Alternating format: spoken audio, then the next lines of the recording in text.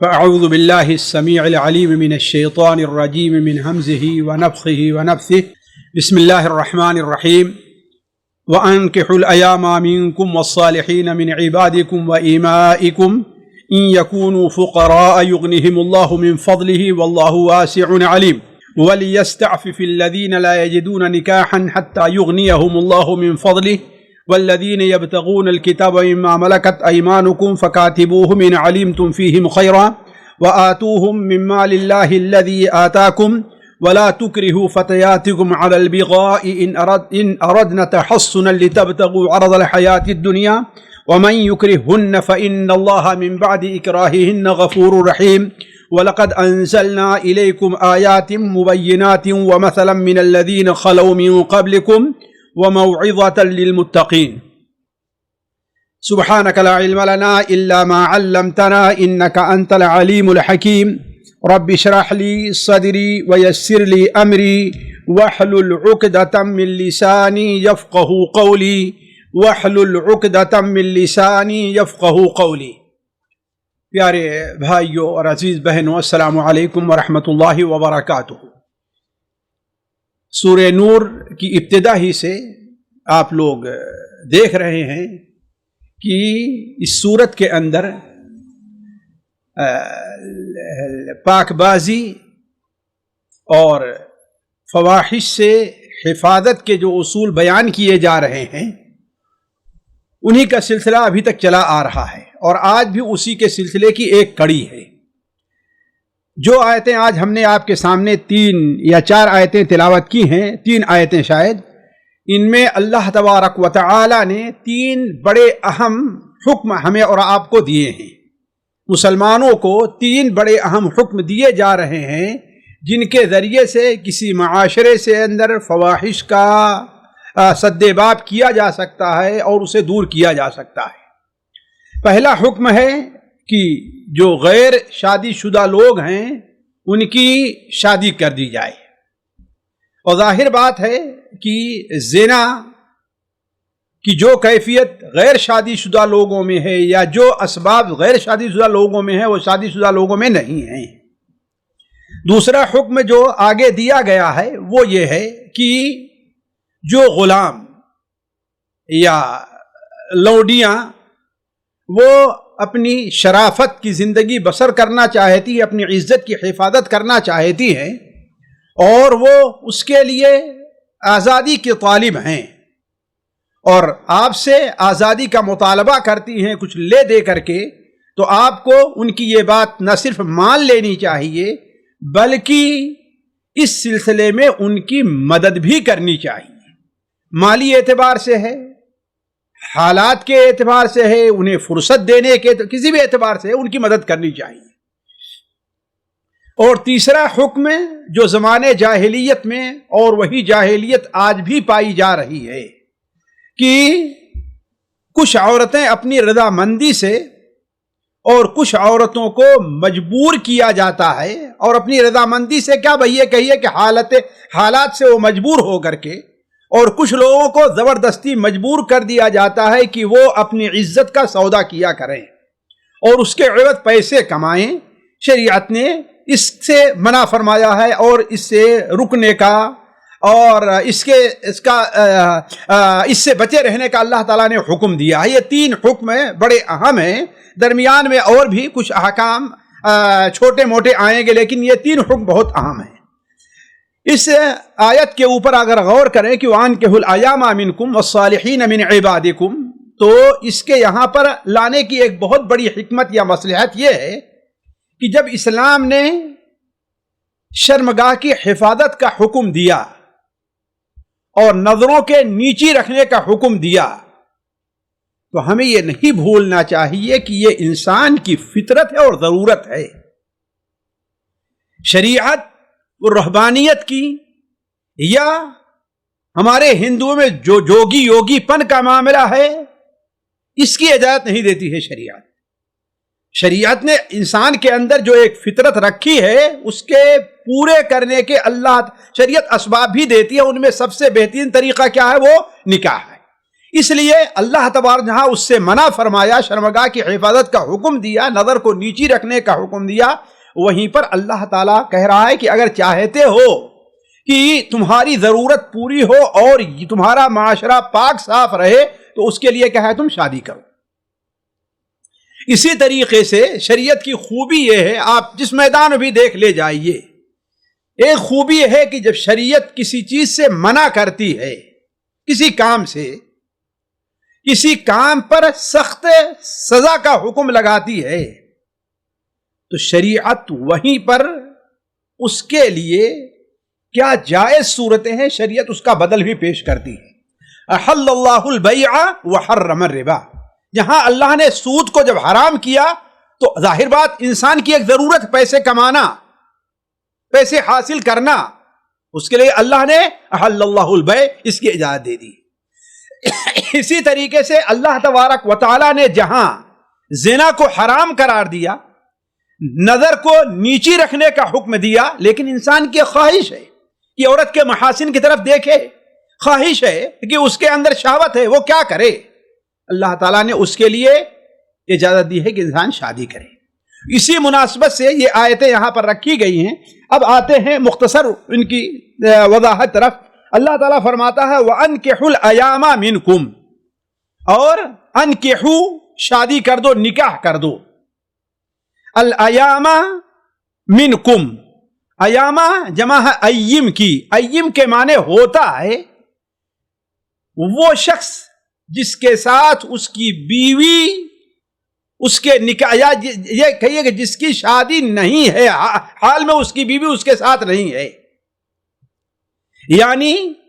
وقتی طور پر جس وقت ہے وہ اس غیر شادی شدہ، جسے ہمارے ہاں اردو میں ایک بڑا آسان سا لفظ بولا جاتا ہے، بلکہ اب تو اردو سمجھنے والے لوگ کم ہیں، سمجھتے ہی نہیں، اس کو مجرد کا لفظ بولا جاتا ہے۔ مجرد،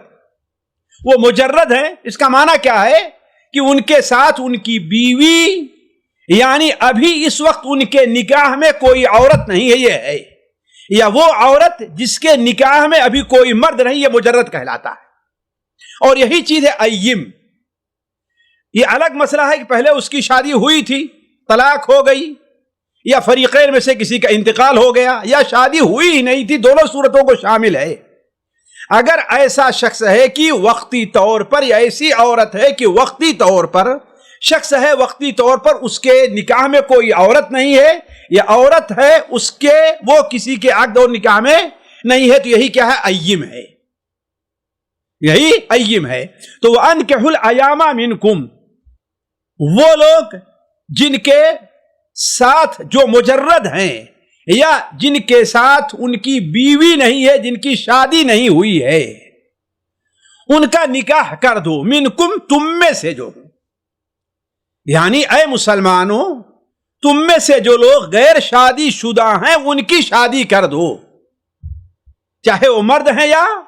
عورت ہے۔ اب سوال یہاں پر یہ ہوتا ہے کہ عورت ہے، اس کی شادی کرنے کا حکم تو ہے کہ اس کا ولی ہونا ضروری، بغیر ولی اس کی شادی نہیں ہو سکتی، لیکن اگر مرد ہے تو مرد تو خود اپنی شادی کے ذمہ دار ہے، لیکن نہیں، یہاں پر حکمت ہے۔ ہو سکتا ہے کہ کوئی بھائی ہے، اس کا بھائی غیر شادی شدہ، اس کے پاس اپنی استطاعت نہیں ہے، یا استطاعت ہے لیکن وہ مدد کا محتاج ہے ہر اعتبار سے، تو اس کی شادی کرو۔ ایک باپ ہے، وہ صاحب صلاحیت ہے، اس لیے بہت سے علماء کہتے ہیں اگر باپ ہے، صاحب صلاحیت ہے، استطاعت ہے اس کے پاس، اور اس کا بیٹا ہے، بالغ ہے، شادی کے لائق ہے، اس کو شادی کی استطاعت نہیں رکھتا، تو باپ کے اوپر واجب ہے، جیسے اس کا خرچہ کھانا دینا واجب ہے، ویسے ہی اس کی شادی کرنا بھی اس کے اوپر واجب ہے۔ اور یہ حکم مسلمانوں کی جماعت کو ہو، مسلمان حاکموں کو ہو، تو یہ بھی اپنی جگہ پر ایک معقول سی بات ہے۔ تو وَأَنْكِحُوا الْأَيَامَ مِنْكُمْ، اور نکاح کرو ان لوگوں کا جو تم میں سے مجرد ہیں۔ اسی لیے دیکھیے اللہ کے رسول صلی اللہ علیہ وسلم نے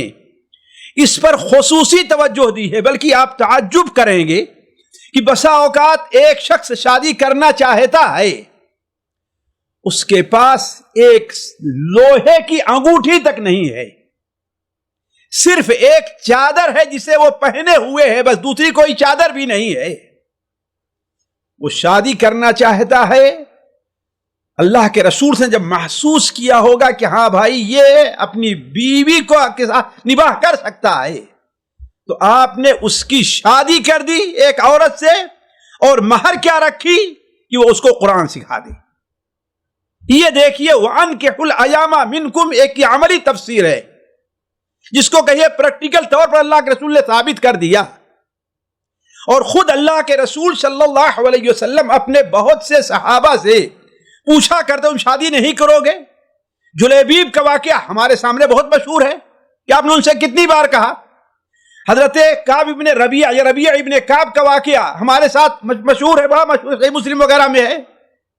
کہ اللہ کے رسول انہیں برابر کہتے رہے تم شادی نہیں کرو گے، شادی نہیں کرو گے، شادی نہیں کرو گے۔ کیوں؟ اس لیے کہ اللہ کے رسول صلی اللہ علیہ وسلم ایک بڑے سرپرست کی حیثیت سے تھے۔ تو اسلام شادی کی ترغیب بھی دیتا ہے، اسی لیے اس کے فضائل بھی بیان کیے گئے ہیں، بلکہ اللہ کے رسول صلی اللہ علیہ وسلم کی وہ حدیث جو صحیح جو سنن ترمذی اور سنن نسائی وغیرہ میں ہے کہ آپ صلی اللہ علیہ وسلم نے ارشاد فرمایا کہ 3 قسم کے وہ لوگ جو اللہ کی مدد کے اللہ کی خاص مدد کے حقدار ہوا کرتے ہیں، جن کے ساتھ اللہ تعالیٰ کی خصوصی مدد رہا کرتی ہے، ان میں سے ایک وہ شخص بھی ہے الناکح یرید عفافا، الناکح یرید عفافا، وہ شادی کرنے والا جو اپنی عزت کی حفاظت کرنا چاہتا ہے۔ تو وَأَنكِحُوا الْأَيَامَ مِنكُمْ، تم میں جو لوگ مجرد ہیں، تم میں سے جو لوگ مجرد ہیں ان کی شادی کر دو، چاہے مرد ہیں یا عورت ہیں۔ اب ظاہر بات یہ حکم کبھی وجوبی طور پر ہمارے لیے ہوگا اور کبھی استحبابی طور پر، اس لیے کہ جو ہماری کفالت میں نہیں ہے اس کی مدد کرنا، یہ کرنا ہمارے لیے مستحب ہوگا، اور جو ہماری کفالت میں ہے اس کا انتظام کرنا ہمارے اوپر واجب ہوگا۔ تو وَأَنكِحُوا الْأَيَامَ مِنكُمْ وَالصَّالِحِينَ مِنْ عِبَادِكُمْ وَإِمَائِكُمْ، صرف یہی نہیں کہ آزاد لوگ نہیں، اگر اللہ تعالیٰ نافی فرماتا تو یہ ہوتا کہ چاہے تم میں آزاد ہیں یا غلام ہیں، کوئی بھی ہیں، لیکن مزید وضاحت کے لیے، تاکید کے لیے، تاکہ کسی کو شبہ نہ ہو جائے، رہ جائے، کوئی یہ نہ کہے کہ یہ حکم صرف آزاد لوگوں کو ہے، غلام اور لونڈیوں کو نہیں ہے۔ اللہ تبارک تعالیٰ مزید فرماتا ہے وَالصَّالِحِينَ مِنْ عِبَادِكُمْ، اور تمہارے عباد، عبد کی جمع ہے جس کے معنی غلام کے ہوتا ہے، وَإِمَائِكُمْ، اما کی جمع ہے جس کے معنی لونڈی کو ہوتا ہے، وَالصَّالِحِينَ، اور وہ تمہارے لونڈی اور غلام جو جن کے اندر صلاحیت پائی جاتی ہے۔ بعض علماء نے کہا جو لوگ نیک ہیں، دونوں معنی ہو سکتا ہے، تم میں سے تمہارے وہ غلام اور لونڈیاں جن کے اندر نیکی پائی جاتی ہے، جو نیک ہیں، اور دوسرا معنی یہ ہے کہ جس کے اندر صلاحیت گھر بسانے کی، بیوی کو سنبھال کر کے رکھنے کی صلاحیت پائی جا رہی ہے۔ یہ نہیں ہے کہ ان کی شادی کر دو اور پھر جو ہے خود ہی ان کا بوجھ اور سب کچھ تم اٹھاتے پھرو اور تمہارے بس میں نہ ہو، تو یا یہ کی ہے کہ وہ اس لائق تو نہیں ہے، وہی جو کام پہلے کرتا تھا شادی کے بعد بھی کر رہا ہے، نہیں، اگر اس کے اندر تم صلاح اور نیکی دیکھو، اس لیے کہ جو نیک نہیں ہے اس کی شادی کا وحرمت ذلک علی المؤمنین تو الگ مسئلہ ہی ہے۔ تو علی کل حال دونوں معنی یہاں پر ہے صلاح کا، اس لیے علماء کہتے ہیں یہ صلاح دینی بھی ہو سکتی ہے اور صلاح دنیاوی صلاحیت بھی ہو سکتی ہے، یعنی اس کے اندر یہ صلاحیت پائی جائے کہ وہ اپنا گھر بسا سکتا ہے اور بیوی کی کفالت اپنے یا کر سکتا ہے، یا بیوی کا حق ادا کر سکتا ہے دینی اور دنیاوی لحاظ سے۔ تو وَالصَّالِحِينَ مِنْ عِبَادِكُمْ، اللہ تعالیٰ یہاں پر آگے بڑھ کر کے ایک شبہے کا ازالہ کر رہا ہے، اس لیے کہ ہر انسان، دیکھا کہ آج بہت سے لوگ کہا کرتے ہیں کہ ہمارے پاس امکانیہ نہیں ہے، یا یہ کوئی کہہ سکتا ہے کہ آزاد تو آزاد ہیں لیکن جو غلام اور لونڈیاں ہیں ان کے پاس کیا ہے، وہ کیسے؟ اللہ تبارک و تعالیٰ ان شبہات کا جواب دے رہا ہے۔ بہت سے لوگوں کو آپ دیکھیں گے شادی سے پہلے غریب تھے اور شادی کے بعد مالدار ہو گئے۔ اللہ تعالیٰ نے ایسی سمجھدار ان کو بیوی عطا فرمائی۔ بہت سے لوگ ہیں شادی سے پہلے بڑے لاوبالی تھے، لیکن شادی کے بعد اللہ نے ان کو بڑی سمجھ دے دی ہے۔ ان کے اوپر جب بوجھ پڑ گیا تو وہ اس ذمہ داری کو اٹھانے کا کو محسوس کرنے لگے وہ لوگ۔ تو اللہ تبارک و تعالیٰ فرماتا ہے کہ ان یکونوا فقراء، اگر وہ لوگ مجرد لوگ جن کی شادی نہیں ہوئی ہے، فقراء فقیر ہیں، تو ہو سکتا ہے کہ یغنیہم اللہ من فضلہ، اللہ تبارک و تعالی اپنے فضل سے انہیں مالدار کر دے، بے نیاز کر دے۔ تبھی تو آپ صلی اللہ علیہ وسلم نے یہ بیان فرمایا نا کہ 3 قسم کے وہ لوگ ہیں جن کی مدد کا اللہ تعالیٰ نے وعدہ کیا ہے۔ ان میں سے کیا ہے؟ ایک شادی کرنے والا ہے جو عفاف یعنی پاک باز، پاک صاف رہنے سے اپنے آپ کو بچانا چاہتا ہے، اللہ تعالیٰ اس کی مدد کرے گا۔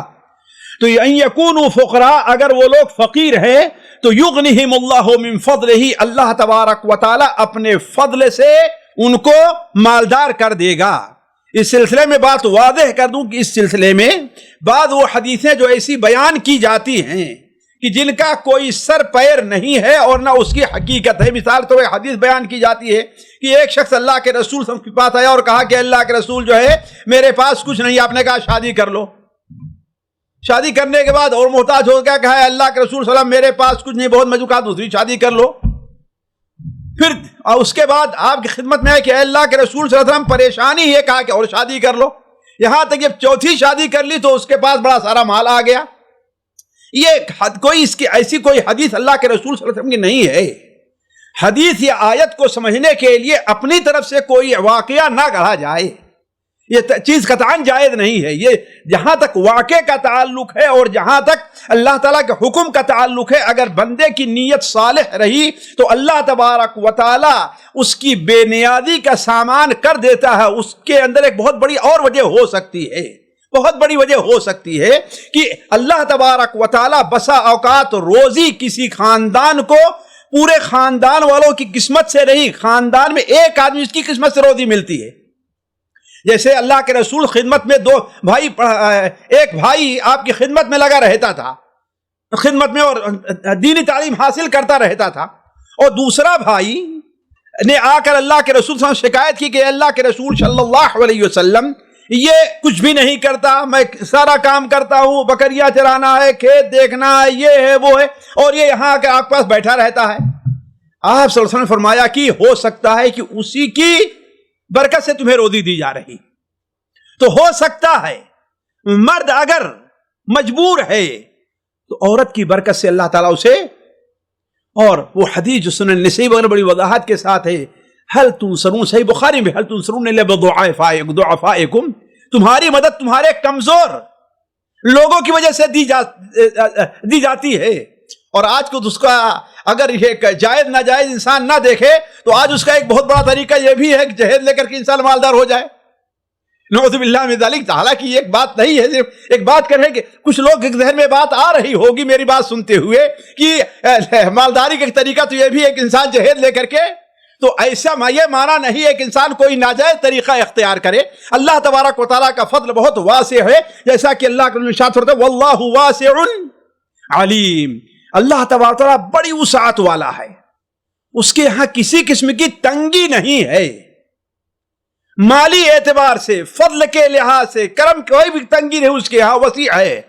اور علیم، اور جانتا ہے کہ کس کو دینا ہے، کب دینا ہے، کتنا دینا ہے، کس کے دینے سے اس کو فائدہ ہے، کس سے روک لینے سے اس کا فائدہ ہے۔ انسان کو اس کے اوپر ایمان رکھنا چاہیے۔ تو واللہ واسع علیم، اور اللہ تبارک و تعالی بڑی وسعتوں والا اور بڑا علم رکھنے والا ہے۔ آگے اللہ تبارک و تعالی اسی سلسلے مزید فرماتا ہے کہ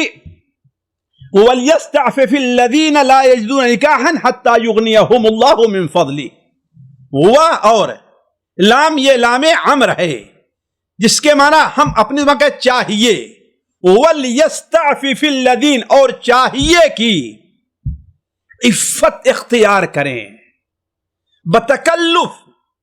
کوشش کر کے، یہ معنی پہ استعفاف میں پایا جا رہا ہے۔ اور چاہیے کہ عفت اور پاک بازی اختیار کریں، یا پاک بازی اختیار کرنے کا خصوصی خیال رکھیں۔ کون؟ الذین، وہ لوگ، لا یجدون نکاحا، جو نہیں پاتے ہیں نکاح کو، یعنی نکاح کے سامان کو، نکاح کی وسعت کو، یعنی جن کے پاس نکاح کی وسعت نہیں ہے، اس لیے کہ بسا اوقات ایک آدمی فقیر رہا کرتا ہے لیکن وہ صاحب عزم اور ہمت ہوتا ہے، محنت کش ہوا کرتا ہے، وہ صرف اللہ نے اسے اگر ہمت دی ہے، اللہ نے اسے کوئی ہنر دیا ہے، اللہ نے اس کو کے اندر جو ہے وہ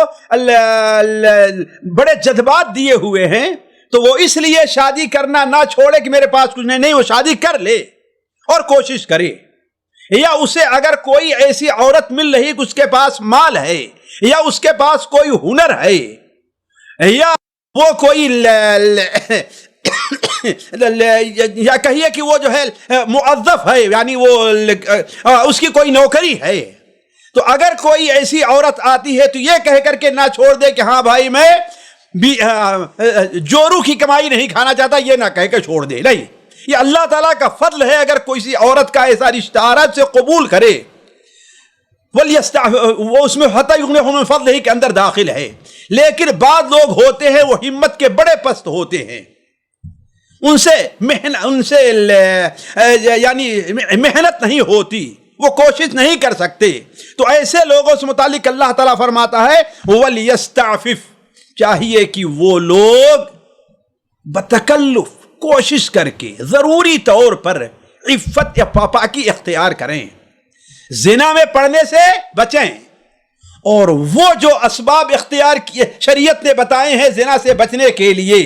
ان کا استعمال کریں۔ مثال کے طور پر نظروں کو نیچی رکھیں، شرمگاہ کی حفاظت کے جو فضائل بیان کیے گئے اس کے اوپر نظر رکھیں، اور اللہ نبی صلی اللہ علیہ وسلم کا جو نسخہ بیان کردہ اس نسخے کے اوپر عمل کریں، جیسا کہ صحیح بخاری اور مسلم حضرت عبداللہ بن مسعود کی روایت ہے کہ آپ صلی اللہ علیہ وسلم نے ارشاد فرمایا یا معاشر الشباب، اے جوانوں کی جماعت، تم میں سے جس کے پاس استطاعت ہو وہ شادی کرے، فمن لم یستطع، جو شادی نہیں کرتا ہے وہ کیا کرے؟ وہ روزہ رکھے، اس لیے کہ روزہ اس کے لیے شادی شہوت کے توڑنے اور اس میں رکاوٹ کا سبب بنے گا۔ تو کہنے کا مطلب ہے، اور آج بھی حکیموں سے آپ پوچھ لیجئے، ڈاکٹروں سے آپ پوچھ لیجئے، جتنا بہترین نسخہ اپنی شہوت پر کنٹرول کرنے کا روزہ ہے جس میں کوئی ضرر نہیں ہے، اتنا اور کوئی نسخہ نہیں۔ جتنی دوائیں ہیں اس کے لیے استعمال کی جاتی ہیں، ان دواؤں کا بسا اوقات سائیڈ ایفیکٹ یہ پڑتا ہے کہ مرد ہمیشہ کے لیے جنسی قوت سے محروم ہو جاتا ہے، لیکن روزے کے اندر اللہ تعالیٰ نے کمزوری آئے گی جس سے جنسی قوت کم پڑے گی، اللہ تعالیٰ کا تقوی ہوگا، جیسا کہ روزہ تقوی کا سبب ہے، اس طرف توجہ کم ہوگی، لیکن اس کے بعد جہاں پر موقع مل جائے گا اسے شادی کا، اللہ تعالیٰ اس کی قوت کو واپس کر دے گا۔ تو کہنے کا مطلب یہ ہے کہ وَلْيَسْتَعْفِفْ، اور چاہیے کہ عفت اور پاکبازی اختیار کریں کوشش کر کے، الذین لا یجدون نکاحا، جو لوگ نکاح نہیں پاتے، یعنی نکاح کے اسباب نہیں ہیں ان کے پاس، حتی یغنیہم اللہ من فضل، یہ نہیں کہ مستقل طور پر وہ رہبانیت کی طرف چلے جائیں، مستقل طور پر وہ جوگی پنے کی طرف چلے جائیں، ایسا نہیں ہے، انتظار میں رہیں اور امید رکھیں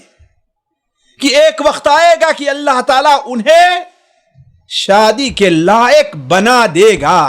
اسی لیے اللہ تعالیٰ نے فرمایا کہ حتی یغنیہم اللہ من فضلہ، یہاں تک وہ پاکی کا اہتمام کرتے رہے حتیٰ کہ اللہ تبارک و تعالی اپنے فضل سے انہیں مالدار کر دے۔ گویا اللہ تبارک و تعالی یہ بھی انہیں ترغیب دے رہا ہے کہ تم وقتی طور پر تو رکے رہو لیکن کوشش کرتے رہو، دعا کرتے رہو، اللہ تعالیٰ سے خیر کی امید رکھو، اور جو شخص اللہ تعالیٰ سے خیر کی امید رکھتا ہے اللہ تبارک و تعالیٰ اس کو ضائع نہیں کرتا. تو حتی یغنیہم اللہ من فضلہ، یہاں تک کہ اللہ تبارک و تعالیٰ اپنے فضل سے ان لوگوں کو بے نیاز کر دے. آگے اللہ تبارک و تعالیٰ نے وہ جو ہم نے کہا کہ دوسرا حکم ہے، اہم حکم ہے، وہ حکم یہاں سے شروع ہوتا ہے. وہ کیا ہے؟ اللہ تعالیٰ فرماتا ہے والذین یبتغون الکتاب مما ملکت ایمانکم فکاتبوہم ان علمتم فیہم خیرا. اور وہ لوگ یبتغون، ابتغا یبتغی مانا چاہنا ہوتا ہے، خواہش کرنا، درخواست دینا. الکتاب یہاں پر مراد ہے لکھنا، مکاتبہ مراد ہے. یہاں پر ایک بات واضح کر دوں کہ پہلے بھی اور اسلام نے بھی اس کو باقی رکھا. بسا اوقات ایک غلام یا ایک لونڈی جو خریدے اور بیچے جاتے تھے، وہ لوگ بسا اوقات اپنے مالک سے یہ طے کر لیتے تھے کہ میں اتنا پیسہ، اتنا مبلغ، یا آپ کا اتنا کام، آپ کا یہ باغ تیار کر کے میں دے دوں گا اور آپ مجھے اس کے عوض میں آزاد کر دیں. بسا اوقات قسطوار دینا پڑتا تھا کہ ہر سال میں آپ کو اتنا دوں گا. جیسا کہ مائی عائشہ رضی اللہ عنہا روایت ہے کہ حضرت بریرہ رضی اللہ تعالی عنہ نے 9 اقیہ پر ہمارے خیال سے سال میں 9 اقیہ دے کر کے بدلے کتابت کا معاملہ کیا تھا. تو اسی کو کتابت مکاتبہ کہا جاتا تھا کہ دونوں طرف سے لکھا پڑھی ہو جائے، دونوں طرف سے لکھا پڑھی ہو جائے. وہی حکم اللہ تعالیٰ یہاں پر بتا رہا ہے کہ والذین یبتغون الکتاب، اور وہ لوگ جو تم میں سے کتاب یعنی مکاتبت کی درخواست ظاہر کریں، مکاتبت کرنا چاہیں، مما ملکت ایمانکم، تمہارے غلاموں میں سے، تمہارے غلاموں میں سے جو لوگ تم سے مکاتبت کرنا چاہیں، تمہارے سامنے مکاتبت کی درخواست رکھیں، مکاتبت کی پیشکش کریں، تو کیا ہے؟ فَكَاتِبُوهُمْ إِنْ عَلِمْتُمْ فِيهِمْ خَيْرًا. اگر تم ان کے اندر خیر محسوس کرو، اگر تم ان کے اندر بھلائی محسوس کرو تو ان کے ساتھ یہ مکاتبت کر لو. یہ مکاتبت کرنا جو ہوگا بسا اوقات واجب ہوگا، بسا اوقات مستحب ہوگا.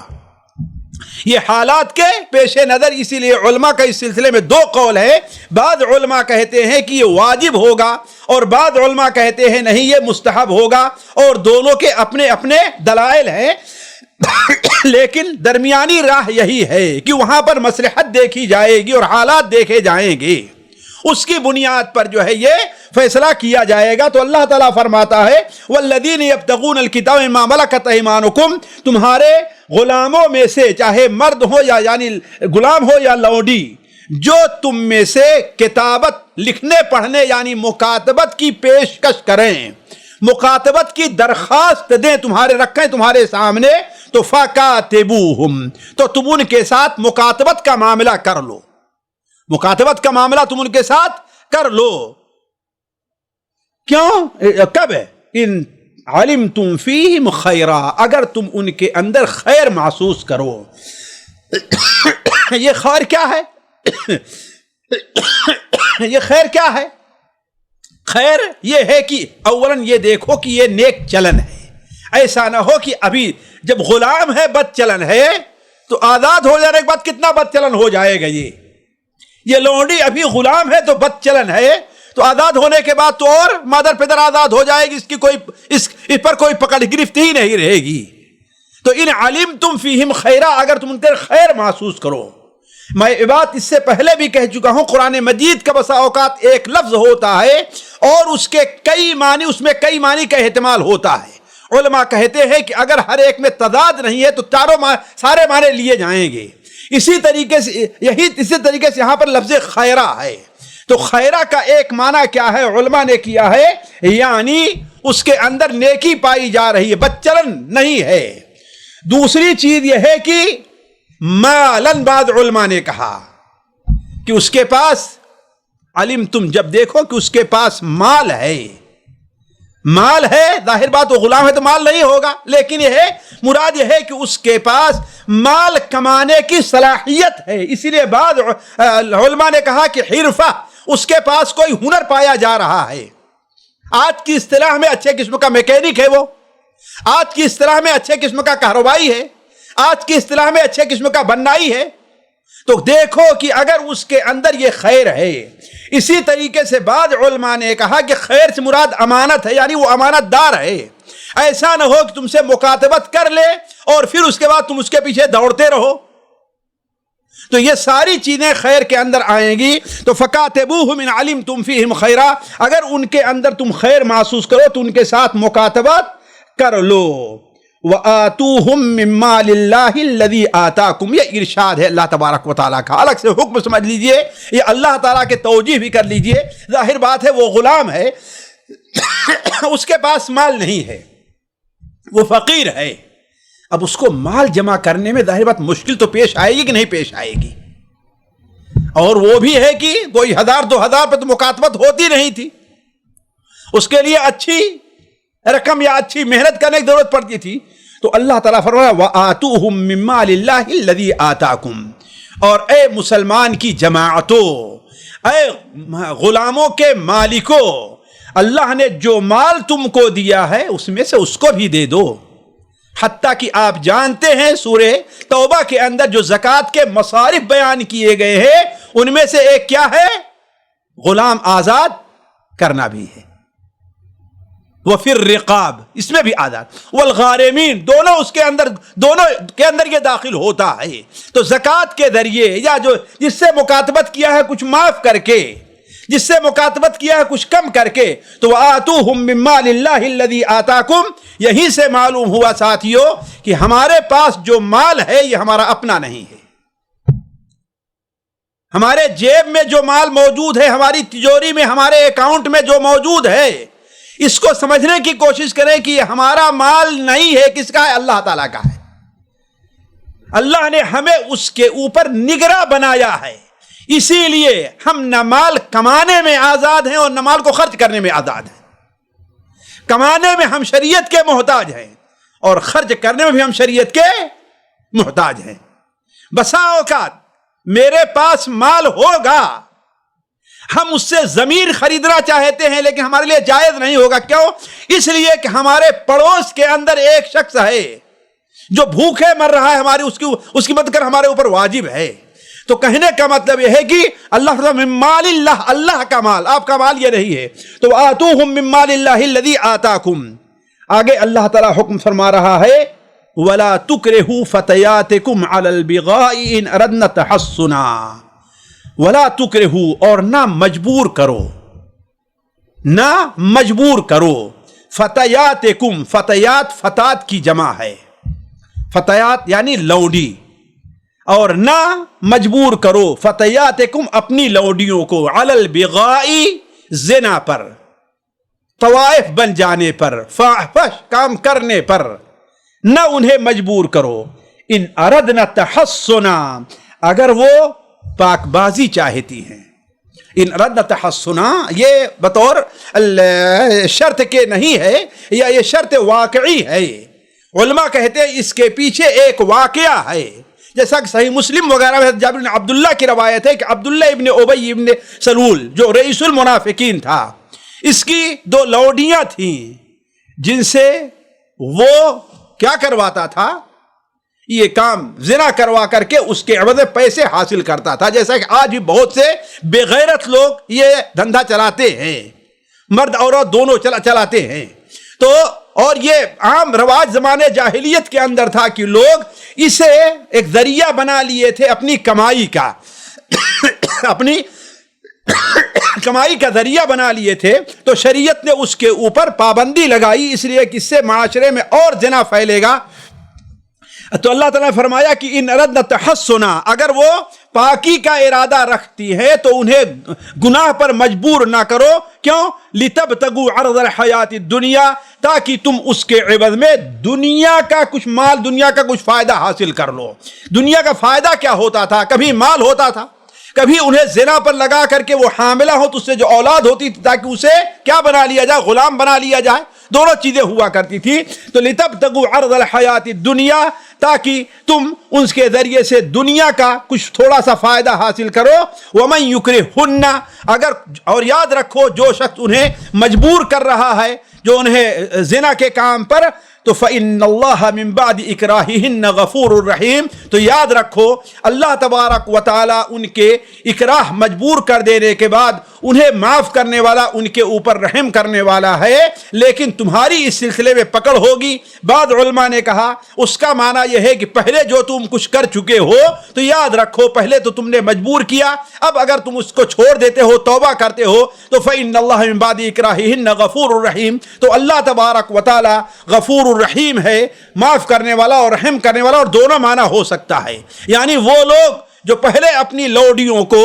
اس کام پر لگاتے تھے اور اس کو برا نہیں سمجھتے تھے, حالانکہ لوڈیاں نہیں چاہتی تھی, انہیں مجبور کرتے تھے, تو اللہ تبارک و تعالیٰ سے اب اگر توبہ کرے اللہ معاف کرنے والا ہے. اور یہ بھی کہ ان لوڈیاں, یہیں سے علماء کہتے ہیں کہ اگر انسان کو کسی گناہ کے اوپر مجبور کیا جائے, اسے دھمکی دی جائے, مارا جائے عزت اور دوسری چیزوں کا گناہ پر, تو اس کا گناہ اس کے اوپر نہیں ہوگا, اس شخص کے اوپر ہوگا جو اسے مجبور کر رہا ہے. تو فَإِنَّ اللَّهَ مِن بَعْدِ إِكْرَاهِهِنَّ غَفُورٌ رَحِيمٌ, تو بلا شبہ اللہ تبارک و تعالی انہیں مجبور کرنے کے بعد ان کو معاف کرنے والا اور انہیں ان کے اوپر رحم کرنے والا ہے. آج یہی پر روکتے ہیں, پھر اگلی مجلس جو ہے وہ 34 نمبر آیت یا 24 سے انشاءاللہ 34 نمبر آیت سے شروع ہوگی. السلام علیکم ورحمۃ اللہ وبرکاتہ. سامعین کرام, ہمارے علمی اور عوامی دروس اور سوال و جواب کی مجلسوں سے آپ خود بھی مستفید ہوں اور اپنے دوست و احباب کے ساتھ بھی شیئر کریں. عین ممکن ہے کہ آپ کے شیئر سے کسی کی اصلاح اور آپ کے لیے صدقہ جاریہ بن جائے. واٹس ایپ پر اسلامک میسج حاصل کرنے کے لیے نمبر نوٹ فرمائیں: یعقوب عزیز 00966 5089 59707. واٹس ایپ سوال جواب گروپ میں ایڈ ہونے کے لیے نمبر نوٹ فرمائیں: عبدالسلام عمری 00966 502627 622. نمبر بھیجتے ہوئے نام اور پتہ ضرور لکھیں. اسی طرح ہمارے یوٹیوب چینل اسلامی دعویٰ کو ضرور سبسکرائب کریں تاکہ ہماری ہر نئی اور اہم ویڈیو کی اطلاع آپ کو فوری حاصل ہو جائے. تمام دروس، مقالات اور سوال و جواب سیریز کے لیے ہماری مشہور ویب سائٹ www.islamidawah.com کا مشاہدہ کرتے رہیں. السلام علیکم ورحمۃ اللہ وبرکاتہ.